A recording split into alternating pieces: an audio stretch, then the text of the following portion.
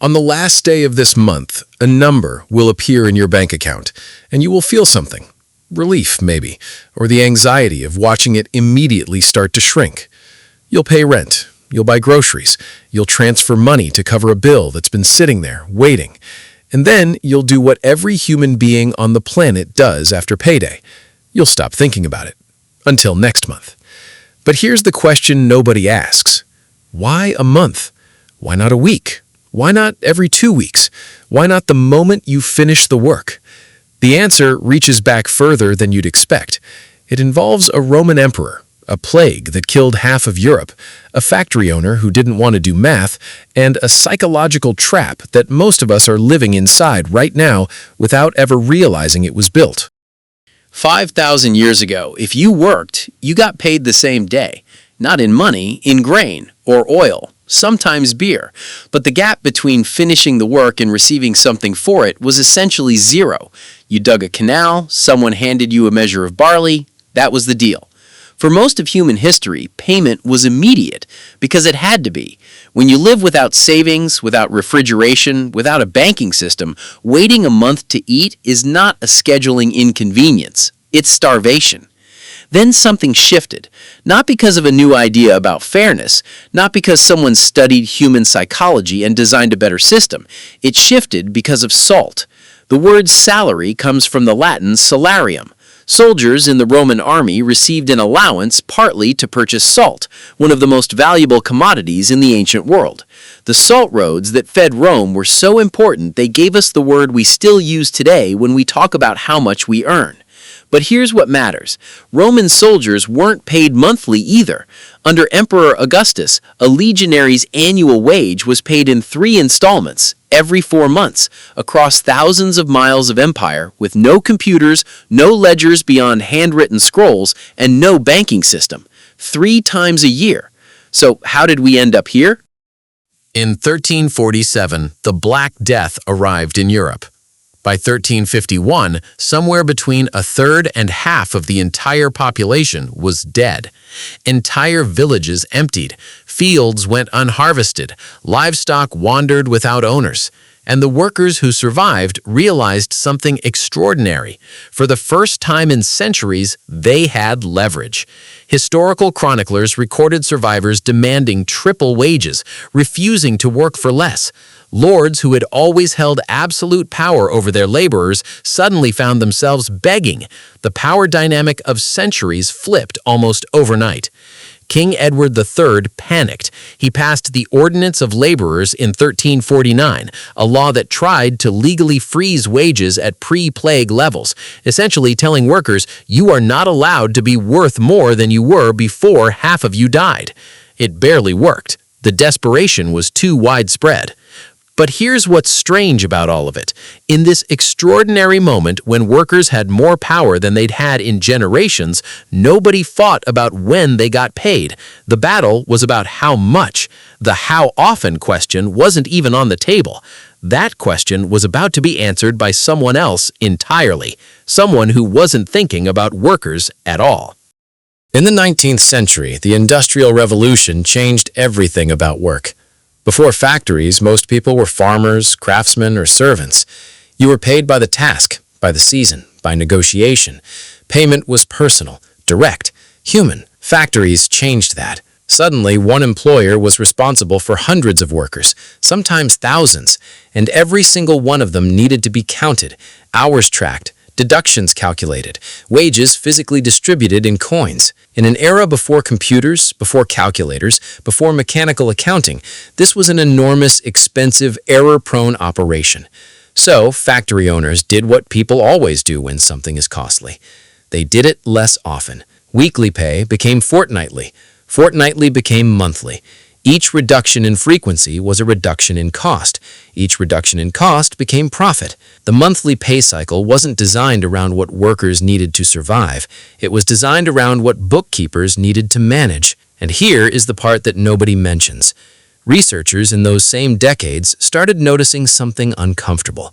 Workers who were paid weekly were healthier. Their children had better outcomes. Their households were more stable.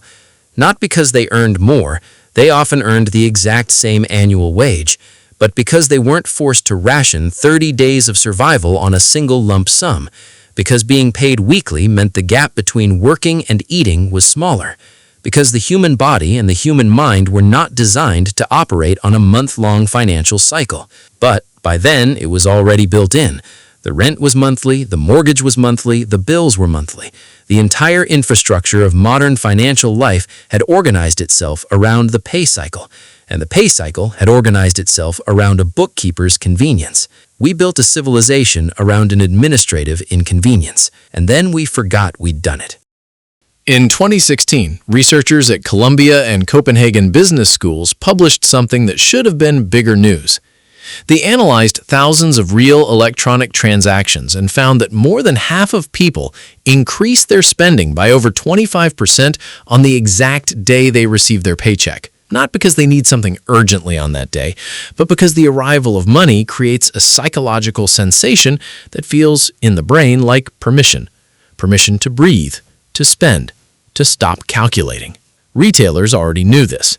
Grocery stores quietly raise prices at the beginning of the month when the monthly paid population suddenly has money. But here's the part that's harder to look at. As the month progresses and the balance drops, something measurable happens to human cognition. Researchers call it scarcity thinking. The mental bandwidth that would otherwise go toward creativity, patience, and long-term planning gets consumed by financial arithmetic. The brain runs a constant background calculation. Do I have enough? Can I cover this? What breaks if something unexpected happens? This isn't a character flaw. It happens to people at every income level. It's what human brains do under resource pressure. And because of the monthly pay cycle, it happens on a schedule. Feast, slow squeeze, anxiety, relief, feast again. One study found that financially stressed employees spend an average of 4 hours every working week dealing with personal money concerns. That's 4 hours of distraction, of background dread, of cognitive load, created not by a financial emergency, but by a 30-day wait that a 19th century factory owner invented to reduce paperwork. Now, here's the contradiction. The technology to fix this already exists. Walmart offers it, Amazon, McDonald's, Target. It's called earned wage access. You worked today, you can access what you earned today. No waiting for the 30th. And when researchers studied what workers actually wanted, 81% said they would take a job with on-demand pay over one without it, even if the pay itself was lower. Think about that. People will accept less money for the right to access the money they already earned sooner. That's not a preference about wages. That's a statement about what the waiting costs. But here's the twist. Studies on workers who switched to daily pay found something unexpected. They spent more. They saved less. In some cases, their financial situation actually got worse. The monthly pay cycle, for all the stress it creates, had been functioning as an involuntary budget.